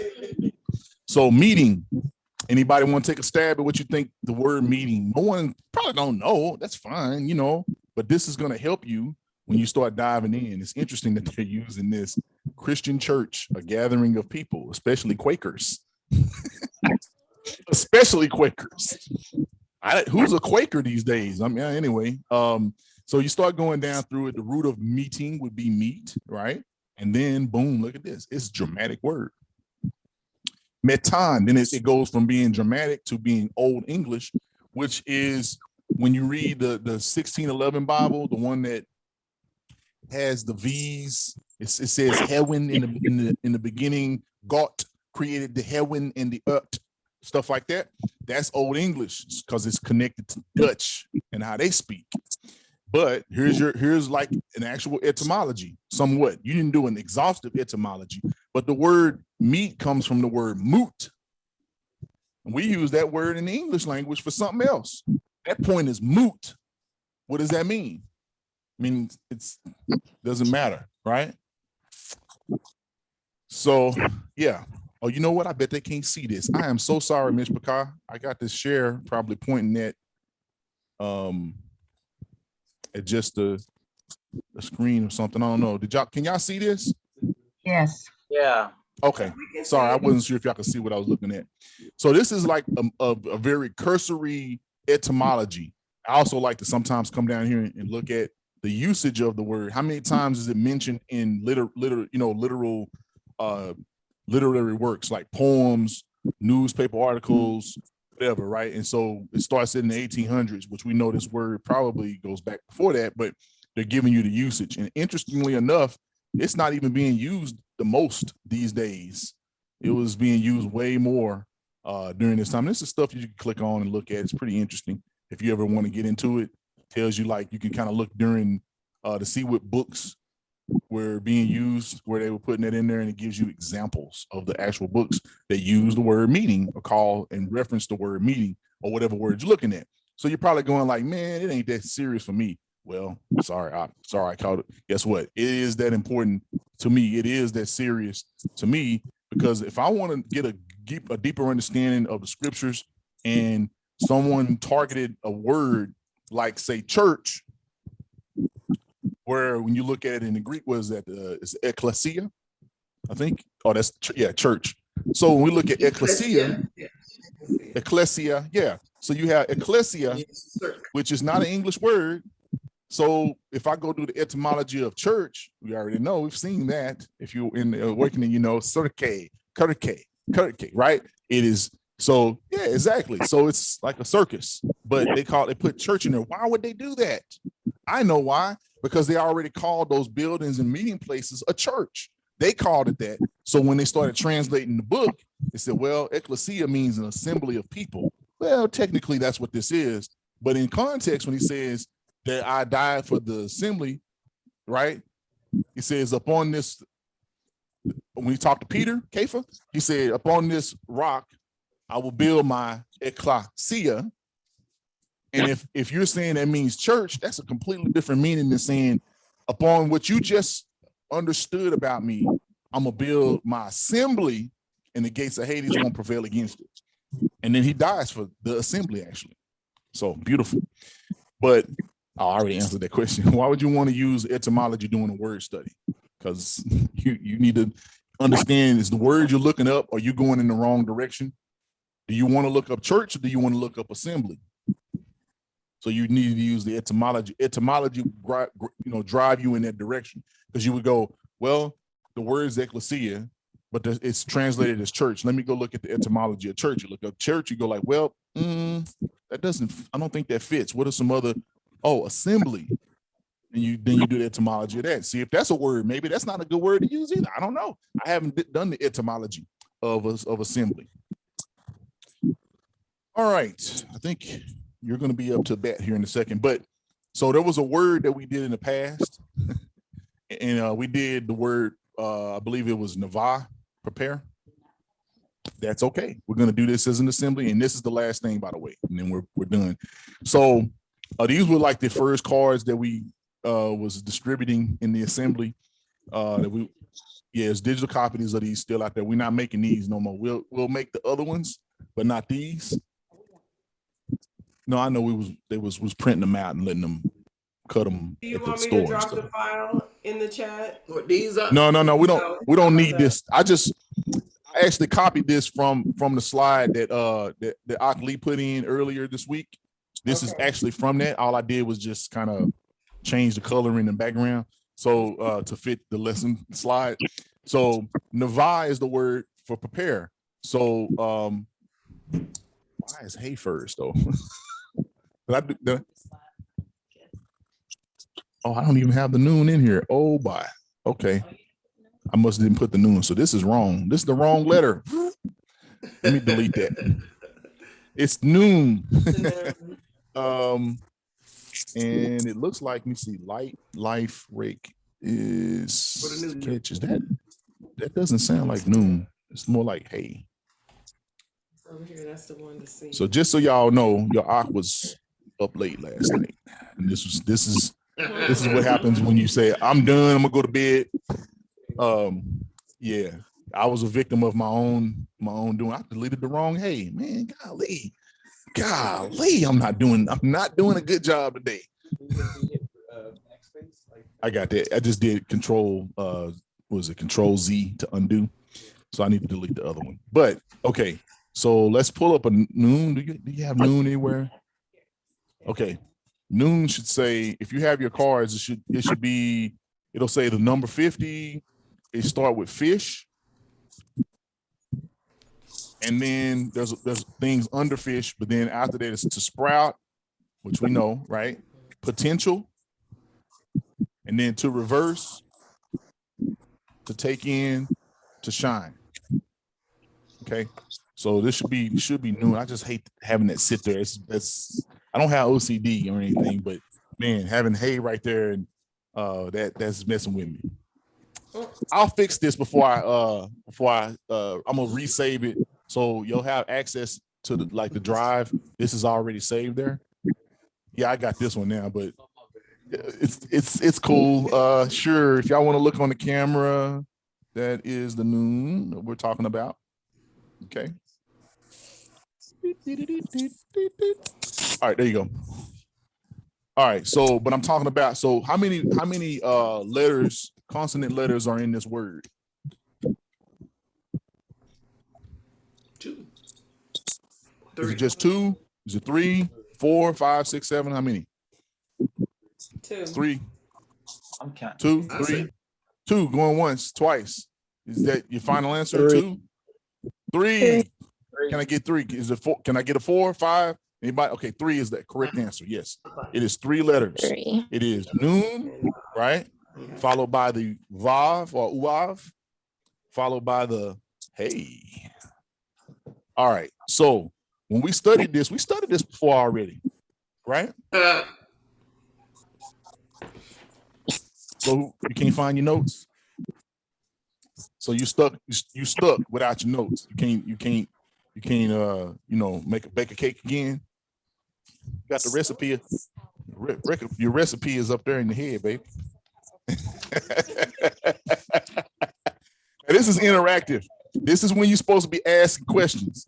If you're not asking no questions now, and then you're, like I'm assuming that you got it, and you're gonna do that at home, and you just don't like speaking up during the lesson. That's fine, but I just want to make sure, because y'all was asking me for this, and I just want to make sure that you're getting something out of it. That this wasn't just like, oh hey, this is stuff that Tony knows, and I'm trying to show off. I'm not, man, because I'm still learning. Something I might have said today, I'm gonna check. I'm gonna go back and listen, check, make sure if it's something I need to reprove myself of, repent over. I will certainly do that. Y'all know that I will do that. I will do that in a minute. But while we're doing this as a mishpachah, you know what these letters mean. We already went over. What is noon? What's the noon? That's not on the screen, so stop looking at the screen. That's wrong. That's a hate. What is the noon? The seed. It's the one that looks like a semen, right? It's a seed. It's a sprouting like seed. zygote. Exactly. Thank you. A zygote. Yes. And then what is the wav? Remember, it's the one that looks like a Y. It's a 10 peg. So just put those two together. Let's start with 2. See if we can, do we have any understanding with using noon and wav? Or so you have a seed that's You catch, planted, you fishing, you fishing. you're fishing, right? Now remember, we kind of, this time we got the benefit of knowing what the English word is, which is prepare. So we kind of, it's not cheating, because when you choose a word to study, you're going to have the English word start out with, right? So let me give you the context. Let's go to the scriptural context, because I think that's what maybe everybody is kind of going. So we got two scriptural contexts. We went and did Exodus 15:2, and then we did Habakkuk 2:5. So Exodus 15:2 says, Yahuwah is my strength and my song. He is become my Yeshua, my salvation. He is my Elohim, and I will Navah him in habitation. And my father, my Abba's Elohim, and I will exalt him. Okay, let's read the next one. Yea, also, because he transgresseth by wine, he's a proud man, neither keepeth at home. Remember, same word. So that's Navah. Neither Navah at home, who enlargeth his desire as hell and as his death, and cannot be satisfied, but gathereth unto him all nations, and heapeth him unto all people. So you got some context there now. You have noon, wav, and hey. So think about preparation is a noun. As a noun, what do you do? Let's say, for instance, like we have company today. We had to prepare for the company, right? We had to prepare for Shabbat. They say labor unto rest, navah unto your Shabbat, right? So if you're doing that, what does that mean? What does that look like? Do these letters tie into that in any way, shape, or form? Don't you have to start a thing to prepare? Yes. Okay, so a starting a thing is like sprouting a seed, right? That's right. Okay, so when you start it, then after you start it, is the preparation done just because you started it? No. You got He that endureth to the end. it. It's the walk, right? So it is the what? You gotta a tent peg that's not used is just a tent peg in your hand. A tent peg in the ground actually That's right. being used as a tent peg to hold the tent down is securing it, correct? So you have something you started that is now secured. Go ahead. Now you ready now? No, I wanted to say something. I wanted to add something Go ahead. because just by looking at the letters, I was just beginning to just pick stuff out. You and I talked about this last night.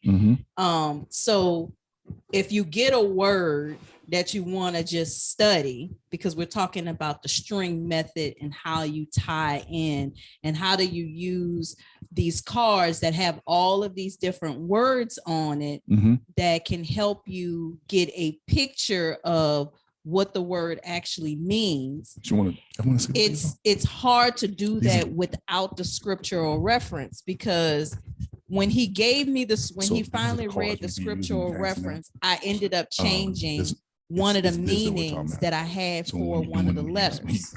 So for hey, I was immediately going towards Revelation instead of choosing one of the other words. After he read the two scriptural reference, I changed what I had for hey. Did y'all catch that? Because that's actually the key. That's the secret sauce. If you think we got secret sauce, that's really the secret sauce, which is what? Context over the here a little, there a little. Remember when we talked about that's Isaiah, where it says, how should you study? And we quote that all the time out of context, right? Precept upon precept, for it shall be precept upon precept, line upon line, here a little, there a little, right? But we stop there and we don't read the rest. When you read the rest, you find out that's really not how you should strive. You shouldn't strive for precepts and lines, or even here a little, there a little. You should strive for the context, because when you grab the context, it means, wow, he gave to me the understanding along with getting the wisdom, the knowledge, right? Get the wisdom, get that, right? That's the context. So if I just say Nava and you're going like, well, for what? For the end of all times, or for just company, or Nava to go to bed, or what am I preparing for? You have to have context, right? It's like asking somebody to agree with you on something, but you haven't told them what it is. Exactly. It's like, excuse me, it's like saying, hey man, you like to eat, right? And everybody's gonna say, yeah, because you got to eat to live. Until I say, well, got a pot of I'm trying not to say what I know what they call them. I got a pot of chitlins in there, got some beans in there, some and now all of a sudden now the whole assembly like, boy, you crazy, you done lost your mind. There's no way. No, I don't want that. No, sir. Right? You lost me then. But see, you already agreed. You said you like to eat. If I had left it at this, like, come on, get your bowl. Come on, let's eat. And you like, when you see what I put in the bowl, you're gonna be like, that's the lack of context. That's why we're supposed to be wise as serpents and harmless as doves. The wise as serpents part is ask questions, right? This is asking questions. This is not just saying prepare means prepare. Like, come on, y'all. Like if you're trying to explain to somebody, because he's saying right here in Exodus, this is Moshe. He's his strength and his song, and he's become his salvation, meaning before he didn't have anything that was going to save him. He's my Elohim. So he's now declaring who it is. And he says, I will what? I'm going to prepare a place for him to inhabit, right? Because he's my father. He's my father's Elohim, the one he served. And I'm going to lift him up. I'm going to exalt him. Now, that's cool. I'm reading the scripture, but like maybe one of these other words in this passage is one that makes you stand out and go like, well, for me, the most important word in that was salvation. Okay, go look it up. I'll tell you what it's going to say. It's going to say Yeshua. It's going to say Yeshua, which just means salvation, right? But it also means in some ways, Yah is salvation, Yeshua. But the point I'm trying to make here is when you're studying that, you know if your heart's in it, because you'll read something that's going to make you turn your head sideways. It's going to give you a chill bump, maybe. You know, sometimes it's going to hurt because it's going to call you out for something that you're not doing or something that you are doing. And that means he's telling you stop right there and study this, because you need to really get this. And the only way you're going to really get it is to prepare. That's why I picked prepare, right? How do you prepare for Shabbat's studies because really it's not about the food. It's not about cleaning your house. You know, you should, because nobody want to go over nobody's dirty house. But it's more about how much time did you spend with the Most High? What did he tell you this week when you got down on your knees and you prayed, or you just prayed, or you closed your eyes, or whatever? Like whenever you spent time and acknowledged him in anything, that's part of the preparation, right? So that in itself is a type of context. Yeah, go ahead. Yeah, the preparation to Shabbat is preparing throughout the week. Really, it's the week that's the preparation. When you get to Shabbat is where you it's like that big bus. Like it's like, you know, you get everything that he wants to give you, you know, in that time, you know, whether it be, you know, spiritually or physically, it depends on what, you know, what he decides to give you. So it's throughout the week, I would say. Hallelujah. That's important. Really, really important. And if you're and the thing is, you know, it makes me think of Hamashiach say, if you're ashamed of me, I'll be ashamed of you before my Father, right? So, you know, when you're at your house and you can do whatever you want to do in your house, you know, legally, right? You can do, well, hey, there's people doing illegal stuff in their house, man, you know, depending on what state you're in and stuff like that, right? So what I'm getting at is when you have the freedom, when he's giving you the freedom, the liberty to go ahead and do what you're going to do in your house. So like for me, if I want to get up at 5 a.m. and blow my shofar, I can do that. This is my house. I could do that. It's not illegal. I can do it. Now, y'all might not be happy about that because you'd be like, man, why you, for real? 5 a.m, Dad, for real? You know, but if that's what the Most High told me to do, that's what I'm supposed to do. Same thing on your job. Same thing on the way to the job. Are you ashamed to do the preparation required to get what it is? You have to make a place for him to inhabit. In this passage, he's actually talking about a temple, a place with an altar and all those things, right? Because this is Exodus. But now, where is the temple? It's you. So you got to prepare your habitation. The place where he inhabits the praises of his people. He told you. So you got to prepare that. Go ahead. You got something. Go ahead. You have a question? Oh, for Mishpachah. Okay, I thought it was for me. I was worried. I'm like, oh my gosh. Woo! Man, you know when you man, when your wife starts saying, I got a question for you, I'm like, you could have asked me this yesterday. Why you asking me that right now? So I have a question for Mishpachah because I think the scriptural reference, like I said, is very important because I was grasping at straws because I didn't have a context with the word Navah. So now that I have the context, and he brought up, you said it's Exodus, right? One of them is Exodus 15 too. 15. So when we studied, when we were going through Leviticus, we talked about the altar. What is the altar for? What is actually happening when we do the sacrifices on the altar? Talking about the brazen altar. Yeah. Y'all should remember that. We spent a good time on that. Remember the whole correlation to the human cell organelles?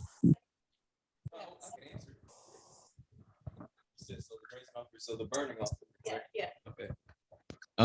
So what was the question again? What are we doing it for? What is it for? Because the first letter in the word actually is going to tell you.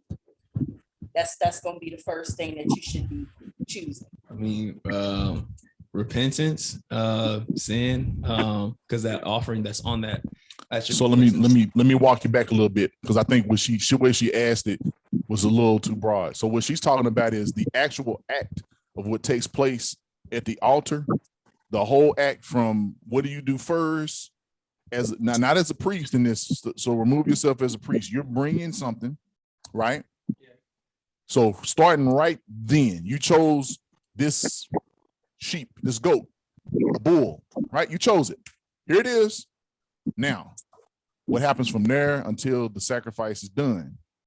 That's what she's talking about. What's first? What's first? You don't want to hit that? Y'all want to hit it? Okay. So, all right.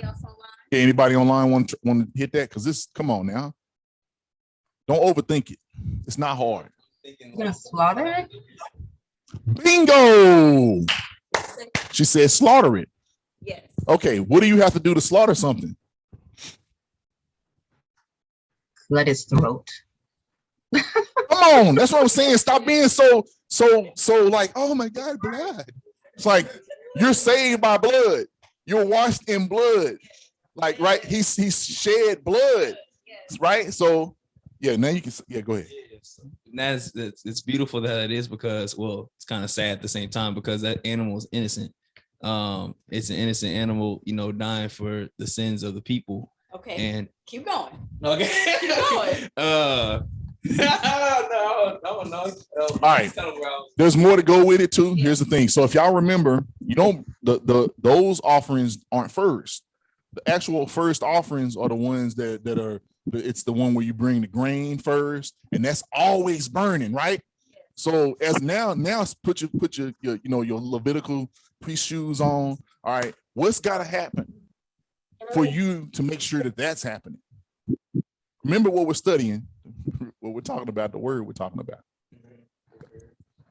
How are you going to be able to bring all? He says fine flour, and ephod of fine flour. He says, those things don't just pop up out the ground like. Boop. So is there a plant that just grows fine flour? No, not that I know of. Do you just go pick frankincense oil and mingle it with that? Nope. So what does it require as an action? I got you. I'm gonna let you say that because I'm not gonna say it. I want, but I want to see if somebody else catch where we're going with this. You have to. The scripture. Say again. The scripture says that we are to present our bodies a living sacrifice. So and we're to die daily. So the sacrificing of self, being that living sacrifice, Okay. an offering unto Yahuwah. All right. Okay, that's good. So you're going in the right direction. Now we're getting real close there. Now, okay, at the end of this, when you burn something, what's left behind? Anybody remember a passage that talks about Ashes. what is that? What is that? What is that act called? What is that? Well, is it? Actually, think about it. It's funny you say that. I'm gonna help you. Right. So when you have ashes, are ashes worth anything? So you would rather have the cooked roasted lamb instead of a pile of lamb ashes, right? Because you can't eat it, you can't do anything for it. But he says, I'm going to give you this for this. What is that? What's happening? Bingo. He said an exchange. That's the word we were looking for. So go ahead, baby. So the first letter in the word Navah is noon. In that passage with the context, it's to exchange.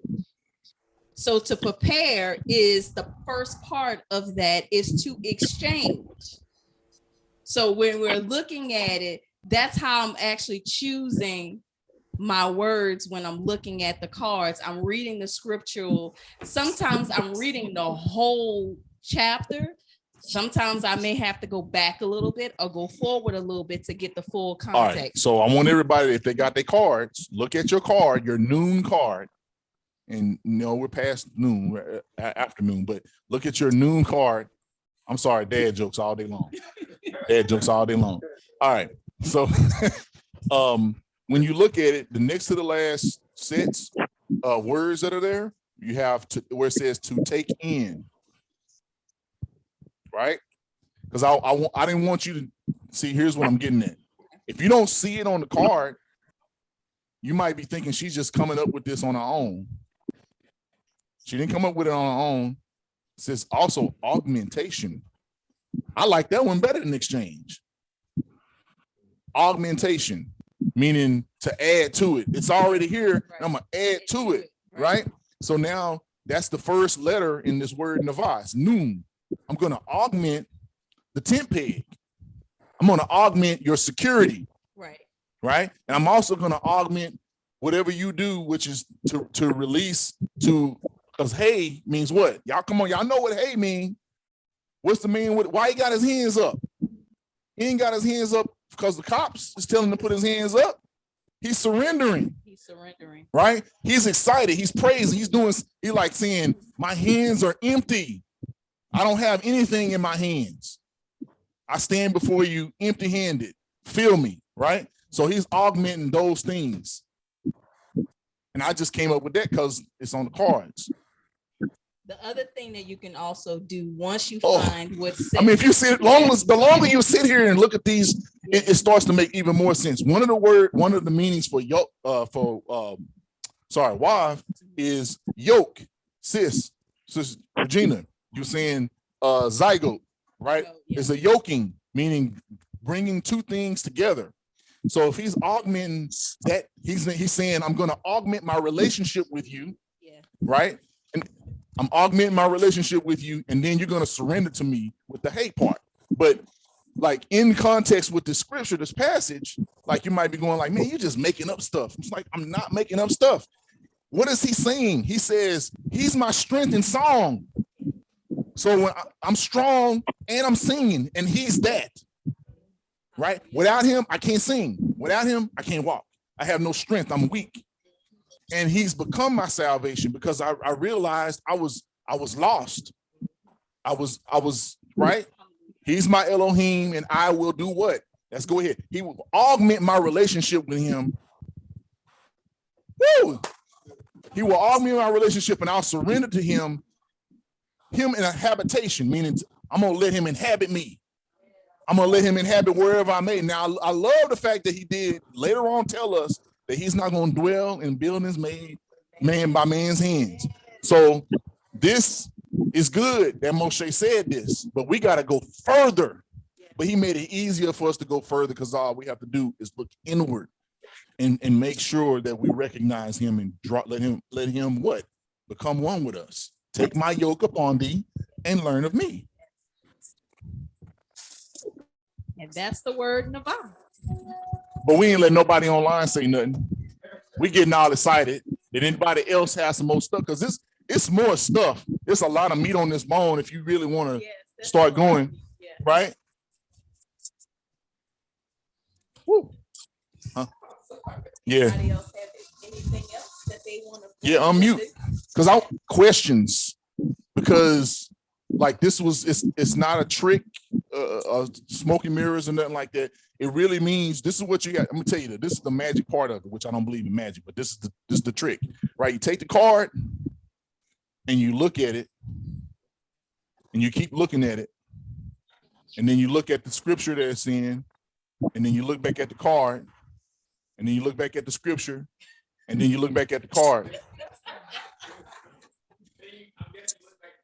And then you might have to look at that scripture a couple more times, and you might have to look at the card a couple more times, and you might have to put it down and be like, oh man, I don't get that, right? You might have to go find another scripture reference where the same word, remember y'all, it's got to be the same word. The same word has to be put into play, right? And so you go and find that same word. It got to be Navah. It can't be something else. It can't be, whatever, right? It can't be Baruch or something. It's got to be Navah, because that's the word you're studying. And now when you go and read all of this stuff, when every time you see Navah, that word it's not just a word anymore. Now it's a word of life. Our language is life or death. And it's in the power of your tongue. So when you say Navah or Chaya or Kai, those words are not just words. Go ahead. You got something? I was just gonna ask, I know a coach, Angela, also does the study. Do you have any recommendations on how you do yours as well that you can maybe add? One of the things that I do is I do the interlinear, I can't remember the name of it, trying to find it real quick. Because especially for the Torah and the Old Testament, you can go along and it'll pop up like, with verbs and things like that, it'll pop up the root. There it is, hold on. So I can tell you exactly what it's called. It's called the Q Bible, qbible.com. Okay. And so you can look at it. Not only will it give you the English, but then it gives you the transliteration, so you know how to pronounce the word. And then the Hebrew is next to it. So you can tap on things. It does give you, some of the Strongs. But you can go as far or deep as you want to, but you can start to recognize the letters and things like that. So that's my favorite thing to use, because it's really helpful just to be able to see, them up against each other, the Hebrew, how it's pronounced, and then the English. Unfortunately, with the New Testament, they don't have it. So that's the only downfall for that. So I have something for that, sis. I'm glad you brought that out. So if you use the apostolic polyglot, which is basically the Latin, no, I'm sorry. I know that sounds all don't get, listen, man. I'm sorry. I know it sounds like it's like, oh man, that's too deep for me. No, listen, it's the Latin Vulgate. That's all it is. Yeah, that's all it is. It's the Latin Vulgate, meaning it's the Latin translation of the New and the Old Testament. I hate calling it that, but you get them Berit Hadashah and Tanakh. It's the translation of those in Latin. Now you might be going like, well, I ain't trying to get it in Latin. Well, what is good about it, the polyglot, meaning it just means that it's pulling things together, is every word in Latin is now in Hebrew, has a Hebrew Strong's correlation. So for instance, a good example is this. the word love, ahava in Hebrew, right? So let's say you're reading about it in Berit, and it's talking about lust. It's talking about eros, which is a Greek word, right? Eros. That's not the kind of love that may be associated with the Hebrew. So when you use the polyglot, what it's going to do is it's going to point you to either the word for Hebrew that means lust, or it's going to point you to the word that means love. It's not going to just say love because it says love over here. It's going to give you what it means in Hebrew. So when you're reading anything in Berit, Hadashah, and you're trying to find the correlation in the Tanakh, that's how I do it. Because I don't, I used to tell everybody online, I hate the Greek. I ain't gonna lie, I don't like studying Greek. But here's the thing, he challenged me and said, how much do you love me though? Will you go through a language that you hate just to find me? Because you'll find me if you search for me. That's what I shared earlier, right? Right. And that hit me, that hurt me. I was like, yeah, man, you're right. I'm sorry. Okay. All right. I don't like Greek, but I will, because it's for Abba and it's for, it's for me and our relationship. So I started doing that. Now I still don't like Greek, but finding that thing to pull that together really, really changed my perspective on that. And so I think you found that Shanti Dot had posted something about that. She had the book version of it. Oh, she had the book version. Yeah, she was teaching about whether the word pastures in Genesis was talking about something about whether or not we're supposed to eat animals or not. So she was showing that, and so that was towards the ending of us going through Revelations. That would have been nice to have it when we were in Revelations, because I think we were struggling on some of those words to trying to tie them back to the actual Hebrew word. Sada E had asked me for my notes on works, and I actually did the Greek version, but I have found a y'all, I'll be out there. I found a Greek chart that had the Hebrew equivalent, and I did my letter breakdown or my word study based off of the Hebrew equivalent to the Greek.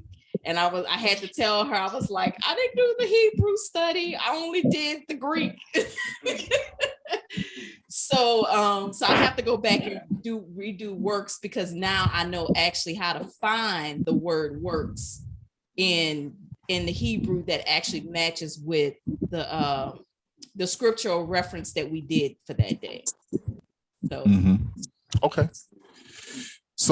okay. So any I saw Jacob had his hand up. Did you want to go ahead and unmute? Say what was you had a question or a comment that you wanted to make? Can you hear me? I can hear you. Shalom. So I was looking at them, and from what I was looking at and using the scripture that was on the screen, from what I was getting was when you are surrendering, and you go back to the noon and the taken, you're still gaining that linkage and bond between you and the Father. So that's what I got. Hallelujah. That's solid. I love that. I love that. Hallelujah. And see, thank you for coming forward and doing that, because this is we gotta stop being shy. We gotta stop being concerned as to whether I'm gonna get it right or wrong. It's not about that. It's like putting it out there, and if it seems like it's kind of maybe not kind of hitting the mark, or maybe we don't get it, don't be discouraged just because we didn't get it.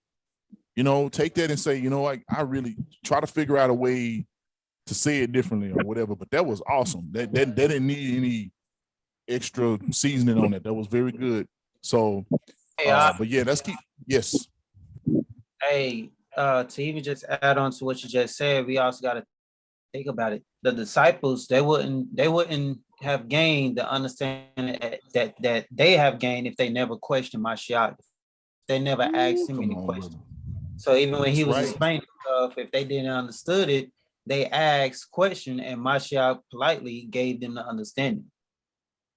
Yeah, and I love him for that because, you know, he says, what's the scripture where it talks about if you being a good parent or good father, giving your children, you know, this, how much more will our Abba do for you? You know, meaning, and that's a gift. He does not have to give you understanding, but he promised that he would if you seek him in earnest, if you prepare yourself. Meaning, what comes to mind is this kind of old church song that says, after you've done all you can, stand. You know, wait, be still in the moment and know that oh man, it made me think about that video. Wow. That video about the little baby girl and the father, she's crying and she's out of the womb. We put it in the chat. Man, it hit me real heavy this week, but watching that, seeing the baby was crying. And when the dad said, hey, I'm here, she stopped crying. And then the next time he said it and did it again and said, I love you. And she actually opened her eyes to look at her father. She was like less than 10 minutes. Yeah, it was like, wow. And so he shared that that's what we have to recognize is when we're going through, sometimes you're crying because you're in physical pain. Sometimes you're crying because you're in mental pain. Sometimes you have inflicted yourself in the study because you said, I'm gonna set aside this time for you, Abba, and I'm gonna sit down and I'm gonna read this or I'm gonna study this, and you do it and you go, I didn't get nothing from it. You got to recognize and see yourself as a child of the Most High. He's gonna come in and he's gonna answer that. He promised that he would, but if you don't do that part, he doesn't have a reason to remind you that he's there. He doesn't have a reason to tell you that he loves you. So you gotta do your part, which is afflict yourself. You know, you gotta afflict. And when I say that, that means sometimes you gotta fast and pray, and sometimes you need to like meditate on some things that you don't really feel like you need to, but you need to do that. And he's gonna guide you through that, but you can't sit down for 2 minutes and go, well, I didn't hear him say nothing, so I'm gonna. It takes more than 2 minutes sometimes. You know, sometimes it takes 2 hours. Sometimes it takes 2 months. Sometimes it takes 2 years. But whatever it's going to take, if you really love him, you're going to go through that and you're going to go ahead and do what's required. So that's all I had today. You know, with every journey starts with one step. You got to take that first step. Stay focused on Yahuwah, y'all. You know, Todai Robai.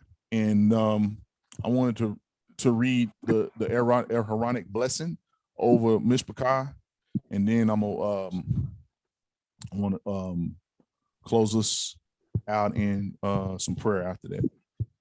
So that's the one that starts. It's in Numbers. You may remember it from another place where you were, but this is Aaron speaking the blessing over the people, and he tells them this is how you should bless the people. 6 and 22. Can't read it. I'm working. You want to read it? Did you hear what I said? No, what'd you say? I said, bet you can't read it in Hebrew. I'm working on it still. And you can't cheat. You can't use the interlining either. Well, I'm working on it. I had to write it out, and there's, you know, what's cool is he's bringing this up. As I was reading through it in Hebrew, you start to recognize specific words, like at 24 where it says Yahuwah bless you. So that's easy. Yahuwah Baruch you, right? And that's there. But I'm like working through it because it's some of them words. I'm like, don't know how to say that, but I'm working on it. So yeah, I is working on it. Working on it with me. Maybe one day I can. Huh? Jonathan knows it. I'm remembering some of it. Oh, okay. Well, that's even better. That's even better. Are you up for right now? You up for it? You up?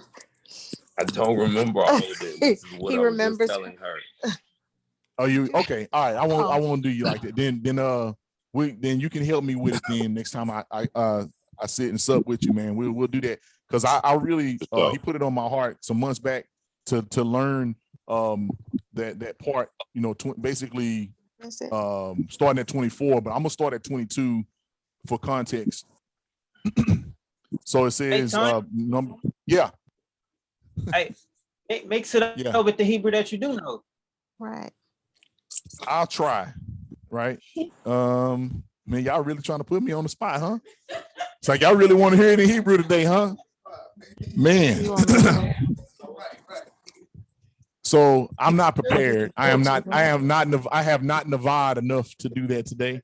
So I'm not gonna do myself that way and have somebody go like, man, you hear that Ak online butchering that so bad? But I'm gonna get there. Trust me, I will. Okay. But I'm not there today. So I'm gonna go ahead and read this in the dirty language of English. And then we're gonna keep on doing this. All right.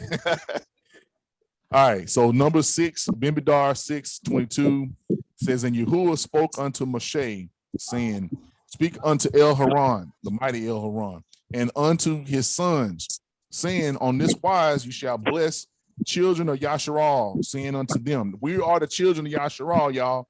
So this is what he would be saying. This is what you should be saying to your brothers, your sisters, and yourself. All right, Yahuwah bless you and guard you. Yahuwah make his face to shine upon you and be gracious unto you. Yahuwah lift up his countenance upon you and give you peace. And they shall put my name upon the children of Yasharal, and I will bless them. I want to leave that. Yeah, it does. So well, thank you for joining Dallas Torah Keepers. We see you guys next time. Thank you for joining us.